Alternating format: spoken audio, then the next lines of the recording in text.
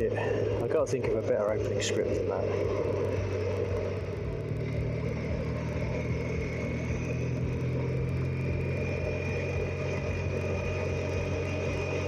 Hey everyone, welcome back to the channel, and welcome to the first in my series of comparisons between my old bike, the 2018 R1200RT, and the new 2021 1250RT.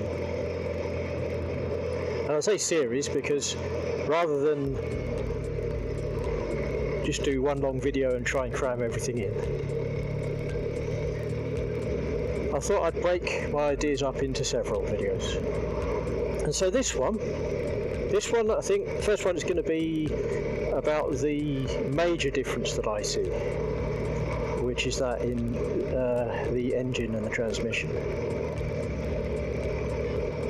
It is, of course, the major feature when 2019 rolled along, the year after I bought my old bike, and BMW saw fit to increase the capacity of the engine by 50cc, but also introduce this new shift cam technology, which is an interesting take, I guess, on variable valve timing. And over the last 3 years, over the last 2 years, I've seen plenty of YouTube videos that seem to be maybe disagreeing about whether the new engine makes a difference or not. From my perspective, I got a chance to ride, I think, a 2020 model last year, and now obviously having test ridden the 2021 model, which pushed me on the route of actually buying this one. The engine is a big difference. Now, don't get me wrong,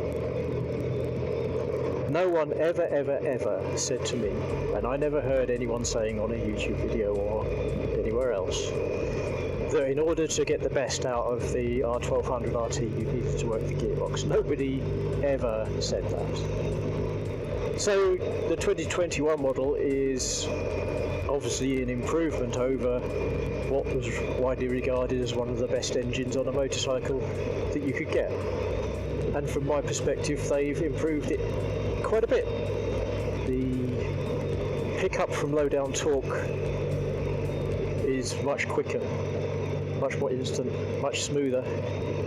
I'm in a situation where I find it on this new bike, just by feel, very difficult to keep to speed limits. I'm constantly having to look down at the speedo in order to do that. Now I'm in the situation here of not yet having ridden this bike for 200 miles, which is still in the first stage of running the bike in. I've been told by the dealer in this first period, try not to take it over 5,000 revs. So I still don't know what this engine is like above that. But even so, with the kind of motorcycling I've done so far, it is night and day. The engine is so much more torquey, and so much smoother. Yes, I'm definitely in the camp that agrees that this was a big difference, a big difference.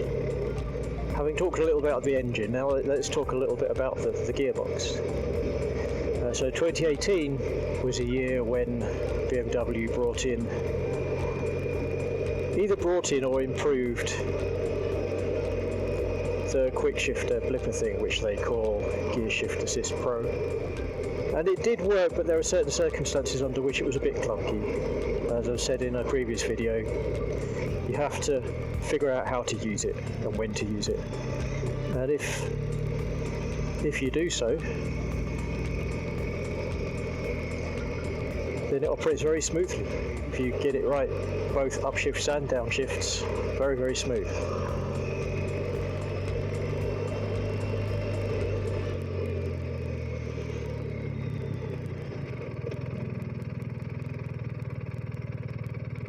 But there are also certain places where it's very clunky, jerks you about a bit.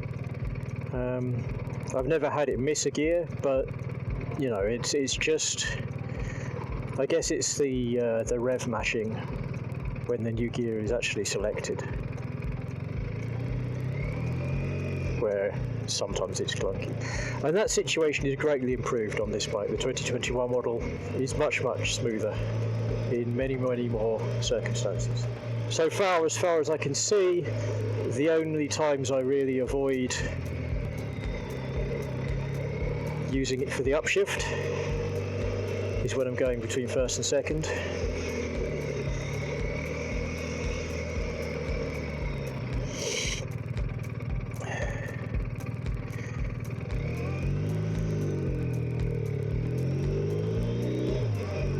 Like that. And that's into third right there with the quick shift, and that was sweet as you like, but that was my normal use case that I always used anyway, the transmission under load, acceleration, and just as smooth as you like. And for the downshift you cut the throttle, change down, and there you go. That was a little bit of an extreme rev match, but it was nevertheless very smooth at doing it. I'll tell you what, that was an up change using the quick shifter from first into second, and it was fine. Maybe it's because I hadn't got up to particularly high revs.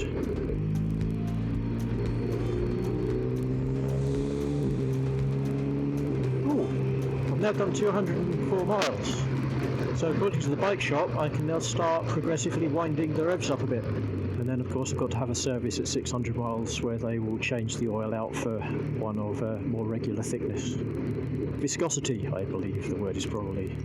So another thing about this particular bike, this wasn't really an option when I bought mine, but this one is, and it's engine related, is the exhaust system. When I bought mine you could get the Sport Pack and there was a chrome exhaust option, which I guess was purely aesthetic for the looks. But this year, in the 2021 model, we actually have the choice of an Akrapovic system. Now, I hadn't really noticed this when I got home from picking the bike up. I put the bike in my garage, didn't think too much of it.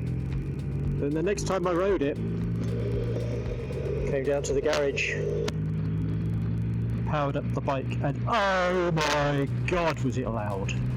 It was like I wanted to have my earplugs in before I switched it on. Oh, such a difference. And even riding it now is definitely louder. It has a louder, throatier, more burbly note, which is a vast improvement on the sound of the old bike. I won't be able to properly judge the engine sound until I've finished having the bike running, and in the words of the BMW sales representative, the bike will then stop sounding like a bucket of bolts. There is a certain rattly sound to the engine at the moment, so we will see what it's like after I've done the 600 miles and had the first service. But anyway, yes, that Akrapovic system, thoroughly marvellous.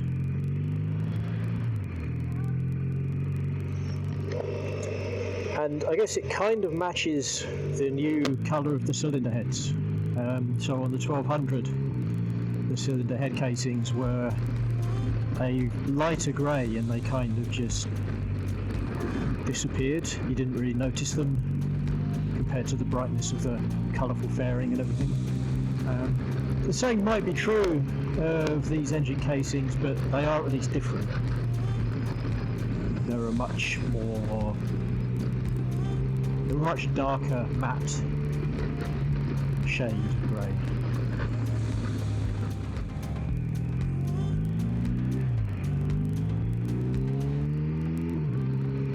See, here's the thing, on these roads, I want to get above 5,000 revs, but the roads don't seem to want to let me. Let's put the cruise control on. As I mentioned in my previous videos, one of the wonderful things about the RT in general, the Reisetura, is, and obviously as it's a touring bike, the cruise control. Combined with the comfortable seating position means that when you get to a village like this where it's 30 miles an hour for miles and miles and miles, you can kind of just treat it as a break. And then when you get to the nationals like this,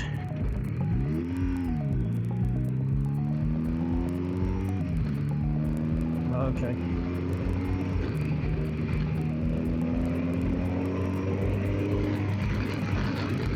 Yeah, that's nice. And if you didn't hear that over the wind noise, that's nice.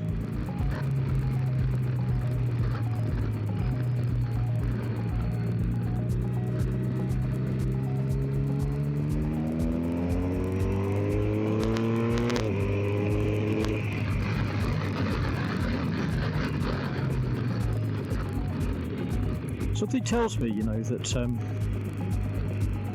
those give way in 100-yard signs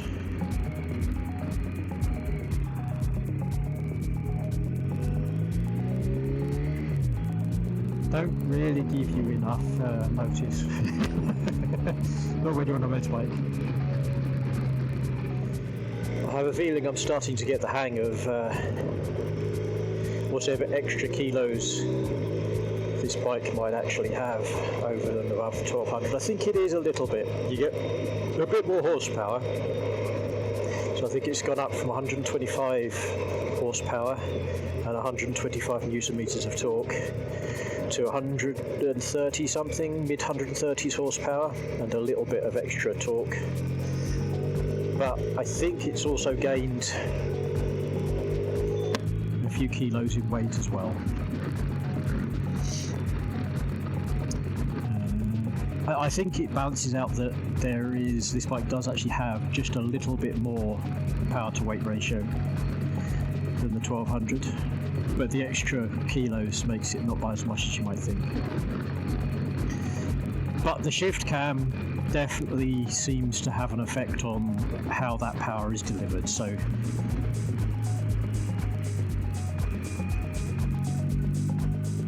all in all, the engine package is better, and distinctly so. The transmission is smoother and the gear assist is more refined.